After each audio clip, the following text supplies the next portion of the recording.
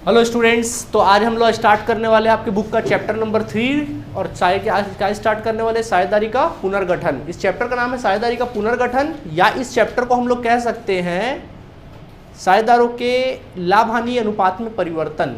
क्या बोलेंगे इसको? साझेदारों के लाभ हानि अनुपात में परिवर्तन, ये चैप्टर का नाम है। ठीक है, क्या होता है इसका मतलब? देखिए इस चैप्टर का मतलब क्या है, चलो हम आपको समझाते हैं।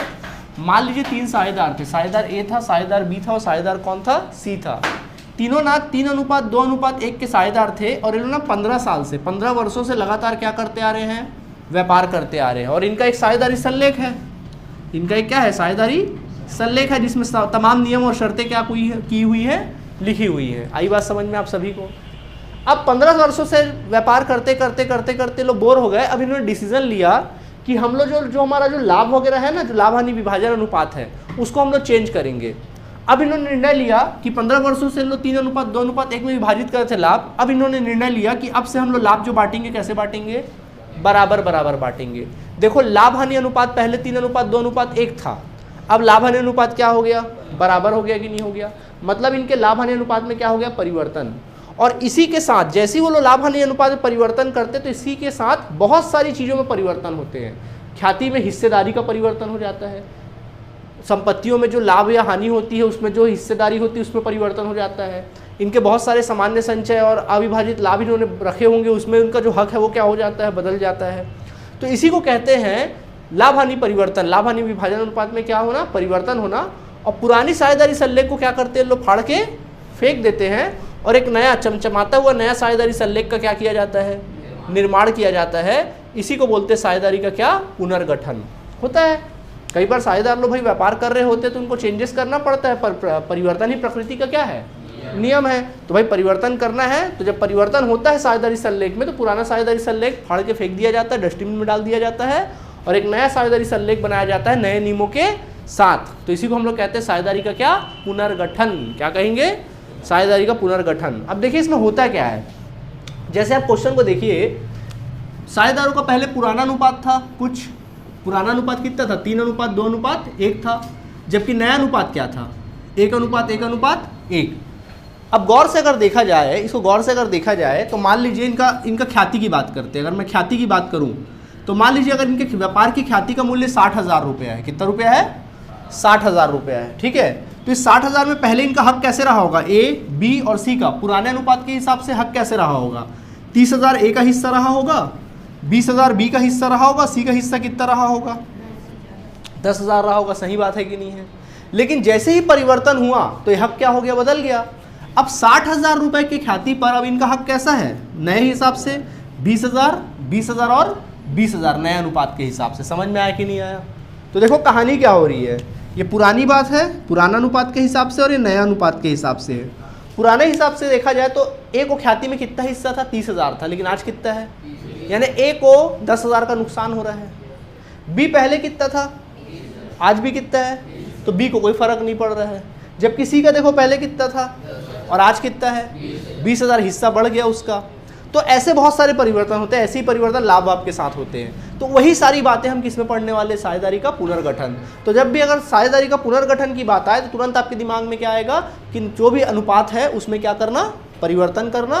साथ में साझेदारी सल्लेख में भी क्या करना? नए साझेदारी सल्लेख का क्या करना? निर्माण करना। इसी को कहते हैं साझेदारी परिवर्तन। अब इस प्रोसेस में क्या क्या होते हैं सारी बातें अब हम लोग डिटेल में देखने वाले हैं। कोई दिक्कत इसमें आप लोगों को? कुछ पूछना है? प्लीज़ नोट करिए। तो देखिए, तो जैसा कि आपने देखा, जब कभी नए अनुपात का निर्माण किया जाता है तो कोई साझेदार को फ़ायदा होता है, कोई साझेदार को नुकसान होता है। तो यहाँ पर किसी साझेदार को किसी का हिस्सा बढ़ रहा है, किसी का हिस्सा घट रहा है। जिसका घटता है हिस्सा उसको बोलते हैं त्याग अनुपात, और जिसका बढ़ता है उसको क्या बोलते हैं? लाभ प्राप्ति अनुपात। दो चीज़ें निकल कर आती है। क्या देखो, किसी को फायदा होगा, सॉरी कोई त्याग करेगा, किसी का हिस्सा घटेगा तो उसको क्या बोलेंगे? त्याग अनुपात। क्या कहेंगे? त्याग अनुपात कहेंगे। और किसी का हिस्सा बढ़ेगा तो उसको क्या बोलेंगे? लाभ प्राप्ति अनुपात कहेंगे। ठीक है, तो अब सवाल उठता है सर ये त्याग अनुपात या लाभ प्राप्ति अनुपात हम लोग निकालते कैसे हैं? तो बच्चों बड़ा सिंपल है, त्याग अनुपात आपको निकालना है। त्याग अनुपात का फॉर्मूला होता है पुराना लाभ हानि अनुपात माइनस नया लाभ हानि अनुपात। पुराना अनुपात माइनस नया अनुपात। सर आपने पुराने को ही पहले क्यों रखा, नया को पहले क्यों नहीं रखा? बच्चों हम लोग त्याग निकाल रहे हैं। त्याग कब होता है? जैसे मान लीजिए आप पहले खा रहे हो 4 रोटी खा रहे हो, कितना खा रहे हो? पहले 4 रोटी खाते थे, अब आप ना 3 रोटी खाते हो। बताओ आपने त्याग किया कि प्राप्त किया? कैसे किया आपने? पुराना ऑब्वियस सी बात है, त्याग में पुराना ज़्यादा रहता है और नया कम रहता है। त्याग में क्या बोलते हो? पुराना ज़्यादा रहता है, नया मतलब हमेशा बड़े से छोटा ही घटता है ना, तो इसलिए पुराना पहले नया बाद में। जबकि लाभ प्राप्ति अनुपात का फॉर्मूला क्या हो सकता है? नया अनुपात माइनस पुराना अनुपात। प्राप्ति में क्या होता है आपका, मतलब हिस्सा बढ़ गया, मतलब पहले आप खा रहे थे मान लीजिए 4 रोटी, अब खा रहे हो 6 रोटी। पहले खा रहे थे 4, अब खा रहे हो 6, तो नया कितना है? 6। तो कितना प्राप्त किया आपने? 2। 6 में से 4 घटाओगे, नहीं समझे? 6 में से 4 घटाओगे, तो ये होता है फॉर्मूला। कोई दिक्कत? तो चलो मैं एग्जांपल, जैसे कि मैंने दिया आपको एक एग्जांपल देता हूँ। मैंने बोला कि ए, बी और सी तीनों साझेदार थे और इनका जो पुराना अनुपात था, मान लीजिए इनका पुराना अनुपात जो था बच्चों वो था 3:2 अनुपात कितना था? 1 था। और नया अनुपात है, मान लीजिए नया अनुपात है इनका 1:1 अनुपात क्या है? 1 है। अब हमको त्याग या फिर लाभ प्राप्ति अनुपात निकालना है। आप क्या करो, कोई एक चीज को उठा के चलो, आपको एक फॉर्मूला लेके चलो, या तो त्याग लेके चलो या फिर लाभ प्राप्ति। बोलो क्या लेके चलना बताओगे? त्याग लेके चलोगे? तो कभी भी याद रखना, अगर आप त्याग लेके चल रहे हो ना, तो एक दिमाग में बैठा लो, अगर आप त्याग अनुपात लेके चल रहे हो तो त्याग में आपने क्लियर कर लिया है कि सर त्याग का फॉर्मूला होता है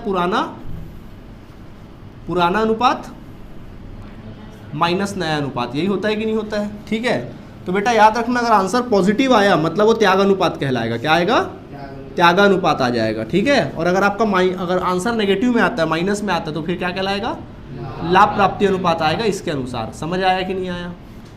मतलब आंसर अगर पॉजिटिव आ रहा समझ जाना वो त्याग आया, वो साझेदार ने उतना त्याग किया है, और अगर नेगेटिव आ रहा समझ जाना साझेदार क्या कर रहा है?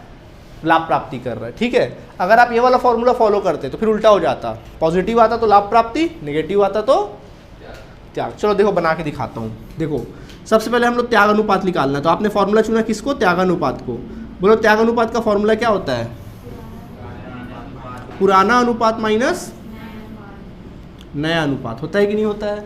तो पुराना अनुपात कितना है बताओ? पहले ए का निकालो। बोलो ए का पुराना अनुपात 3/6, 3 2 5, 5 और 1। जबकि नया अनुपात 1/3। बताओ भिन्न वाली संख्या जोड़ना घटाना आता है कि नहीं आता है? आता है। देखो इसका एलसीएम निकालोगे। देखो एलसीएम निकालने का ट्रिक बता रहा हूँ। देखो ये 6 और 3 है, क्या कर सकते हो? या तो आप क्या कर सकते हो, 6 × 3 कितना आएगा? 18। 3 तिया और 6 तिकम 6। आंसर क्या आया? 1/18। सॉरी 3/18। कितना आया? 3 कितना आ गया? 18 आ गया। समझ आया कि नहीं आया? वैसे ही बी का निकालेंगे। देखो तो बी का बच्चों नया पुराना अनुपात 2/6, नया अनुपात कितना? 1/3। चलो एलसीएम निकालो। 6 × 3 6 × 3 18, 3 × 2 और 6 1 जा, तो आंसर क्या है? 0/18। यानी आंसर क्या आ गया? नील आ गया। इसका मतलब ये हुआ बी ने ना तो त्याग किया ना तो प्राप्त किया। ठीक है, अब सी का निकालते। देखो सी का, तो सी का 1/6 था, माइनस करो नया अनुपात। चलो बोलो एलसीएम निकालो। 18, 3 एकम 6 एकम कितना आ गया? -3/18, क्योंकि 3 में से -6 जाएगा, आंसर क्या आएगा? -18। तो ये आया बच्चों -3/18। तो देखो ये प्लस में आया कि नहीं आया? बताओ त्याग है कि प्राप्ति है? ये त्याग है, ये आया त्याग। ठीक है, जबकि ये क्या आया? लाभ प्राप्ति आया। समझ आया कि नहीं आया? ठीक है, लेकिन ये आपका फाइनल आंसर नहीं है। ये आपका फाइनल आंसर नहीं है। इसमें देखो क्या कहानी, सुनो, ये फाइनल आंसर नहीं, फाइनल आंसर भी हम निकाल के दिखा रहे हैं। चेक करिए, देखिए गौर करना, कभी भी आंसर निकालोगे ना सबका हर समान रहना चाहिए, सबका हर। अब ये चेक करो कि जो आंसर आया है अगर आप इसको कैंसिल करते हो तो फिर भी हर समान आता है कि आता है? कैंसिल करने से सबका हर समान आना चाहिए। नहीं आएगा तो कैंसिल मत करना। अगर आ रहा होगा हर एक जैसा तो फिर आप कैंसिल करना। जैसे देखो 3 एकम 3, 3 छक्के 18, ये तो 0 आ गया। 3 एकम 3, 3 छक्के 18, देखो हर तब भी समान आ रहा है, तो मतलब हम कैंसिल कर सकते हैं। तो कैंसिल कर लेना। क्या आ गया? ये त्याग आ गया ये वाला, और ये वाला क्या आ गया? लाभ प्राप्ति आया। नहीं आया समझ में? कैसा लगा? इजी लगा कि नहीं लगा? तो इसको निकालने का एक तरीका ये है, या तो आपको ये इस तरह से निकाल लो, चलेगा, या और एक तरीका बताता हूँ आपको निकालने का। ठीक है, या तो ऐसा निकाल लो या फिर और एक तरीका। देखो हम लोग क्या निकाल रहे हैं? त्याग अनुपात निकाल रहे हैं ना। क्या बोला मैंने? पुराना माइनस नया। चलो ए का निकालते। देखो ए का क्या बोला मैंने? पुराना कितना था? 3/6, नया कितना है? 1/3। यही तो है, बात हो रहा है, ज़्यादा मार खाओगे। 3/6 और 1/3, ठीक है। एलसीएम निकालोगे तो देखो कभी भी याद रखना, या तो आप दोनों को मल्टीप्लाई करके निकाल लो, बट इसमें काम आपका बढ़ जाएगा, आपको फिर यहाँ थोड़ा मेहनत बढ़ जाता है। क्या करना पड़ता है, देखना पड़ता है कि एलसीएम बराबर, मतलब जो डिनोमिनेटर है, मतलब जो हर है वो सेम आ रहा है कि नहीं आ रहा है, उसके अकॉर्डिंग आपको कैंसिल करना पड़ता है। लेकिन जैसा मैं तरीका बता रहा हूँ वैसा बनाओगे तो कभी दिक्कत नहीं आएगा, ठीक है। देखो कैसे, ये 6 है और ये क्या है, 3 है। छोटा संख्या क्या है, हर में देखो 3 के पहाड़े में बड़ा संख्या आता है क्या, 6 आता है क्या? हाँ सर आता है। तो बेटा 6 ही तुम्हारा एलसीएम कहलाएगा, 6 ही तुम्हारा क्या कहलाएगा, एलसीएम कहलाएगा। समझ आया कि नहीं आया? चेक करना छोटा संख्या में क्या बड़ा संख्या आता है पहाड़े में, हाँ सर आता है। 3 दूनी 6, तो 6 ही तुम्हारा एलसीएम आ गया। अब 6 का भाग करना इस हर के साथ, जो आंसर आया ना लासावा, इस लासावा का भाग करना हर के साथ। तो चलो हर के साथ भाग करो, 6/6 करो, कितना आया आंसर 1। ये जो आंसर आया 1 उसका ऊपर वाले के साथ मल्टीप्लाई कर दो, गुणा कर दो, कितना है 3 एकम 3 माइनस, ठीक है। फिर हर का, फिर ये जो लासावा है उसका हर से भाग करो, 6/3, 6/3 कितना आएगा आंसर 2, ऊपर 2 एकम, ऊपर वाले के साथ मल्टीप्लाई कर दो, 2 एकम 2, कितना आ गया आंसर 1/6। देखो फाइनल आंसर आ गया डायरेक्ट 1/6 आ गया। समझ आया कि नहीं आया? सेम वैसी बी का निकालो, देखो नहीं समझ में आया फिर से सीख लो। बी का देखो, पुराना अनुपात 2/6, 1/3, एलसीएम निकालो, कितना आएगा 6। क्या करोगे, 6 का भाग करोगे 6 के साथ, कितना आया आंसर बोलो 1, ऊपर वाले के साथ उस आंसर का गुणा कर दो, 2 एकम 2, कितना आया 2 आ गया माइनस, ठीक है। फिर भाग करो, 6 का भाग करो 3 के साथ, कितना आएगा 6/3, 6/3 नहीं करोगे, 6/3, 6 का भाग करो 3 के साथ, 3 को नीचे भाग कर दो 6 के साथ, कितना आंसर 2 आया, और इसके ऊपर वाले के साथ गुणा कर दो, 2 एकम 2, कितना आ गया 2। तो आंसर क्या है 0/6, आंसर आ गया नील। नहीं समझ आया फिर सीख लो, सी का निकाल लो, कितना था सी का 1/6 माइनस 1/3, एलसीएम निकालो, कितना आएगा 6 आएगा। देखो 6 का भाग करो, 6 का भाग 6 के साथ करो, कितना आएगा 1, 1 का गुणा कर दो, कितना आया 1, फिर माइनस 3 का भाग करो 6 के साथ, कितना आया 2 आया, 6/3 करोगे 3 एकम 3, 3 दूनी 6, 2 आया आंसर। 2 का ऊपर गुणा कर दो, 2 एकम 2, आंसर क्या आया -1/6। यानी कि देखो ये माइनस में आया, प्लस में आया त्याग कहलाएगा, माइनस में आया क्या कहलाएगा, प्राप्ति कहलाएगा। नहीं आया समझ में, कोई दिक्कत? अगर मान लीजिए ऐसी कोई संख्या आ जाती, जैसे कि मान लीजिए यहाँ संख्या आ जाती, जैसे मान लो यहाँ 5 रहता, अब ये 5 रहता, तो 3 के पहाड़े 5 तो आता नहीं, अभाज्य संख्या है दोनों, तो सीधा वैसी करते जैसे यहाँ पे किए थे, 5 तिया 15, 3 तिया 9, 5 एकम 5, बात खत्म, ऐसा। हालांकि क्लियर है? नहीं समझ में आता, ज़्यादा बेटर कौन सा लगा, इस तरीके से बनाओगे कि इस तरीके से बनाओगे? इस तरीके से बनाओगे, फिर आगे जाके कैंसिल करना पड़ेगा, कर लेंगे? चलो ठीक है डन। कैंसिल कैसे करना है, देखो 3/18 आया, 0/18, 1/18। आप कैंसिल तभी करोगे अगर आपके कैंसिल करने से हर समान आए सबका, तभी कैंसिल करना, अदरवाइज कैंसिल मत करना। अब आया समझ में? कैंसिल ज़्यादा कोई बड़ा कैंसिल नहीं आएगा, छोटा ही मोटा कैंसिल आएगा, कई बार आता है कई बार नहीं भी आता है। हाँ वही जस्ट का तस आंसर आ जाएगा, ठीक है, नोट करो।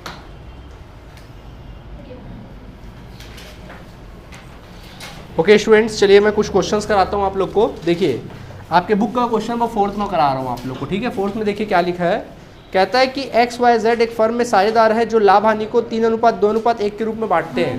क्या कह रहा है, XYZ तीनों साझेदार है जो लाभ हानि को कैसे बांटते हैं, 3:2:1 के अनुपात में बांटते हैं, ठीक है। यानी पुराना अनुपात है, कैसा अनुपात है ये, पुराना है।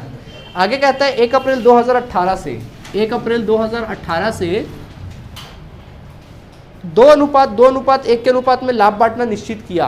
तो यानी कि ये 2:2:1 में लाभ बांटना निश्चित किया, यानी फ्यूचर की बात कर रहा है, यानी कि आपका क्या है, नया अनुपात है।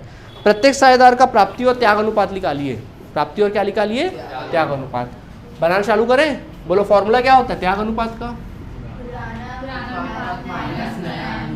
पुराना माइनस नया अनुपात होता है। चलो पहले किसका निकालेंगे, x का, बोलो x का पुराना अनुपात कितना है, 3/6, और नया अनुपात कितना है जल्दी बोलो, 2/5। देखो ध्यान दो, 5 के पहाड़े में 6 तो आता नहीं है, और दोनों अभाज्य संख्या है, कोई रिलेशन नहीं दूर दूर तक, तो सीधा नॉर्मल बनाओ जैसे बनाते हो।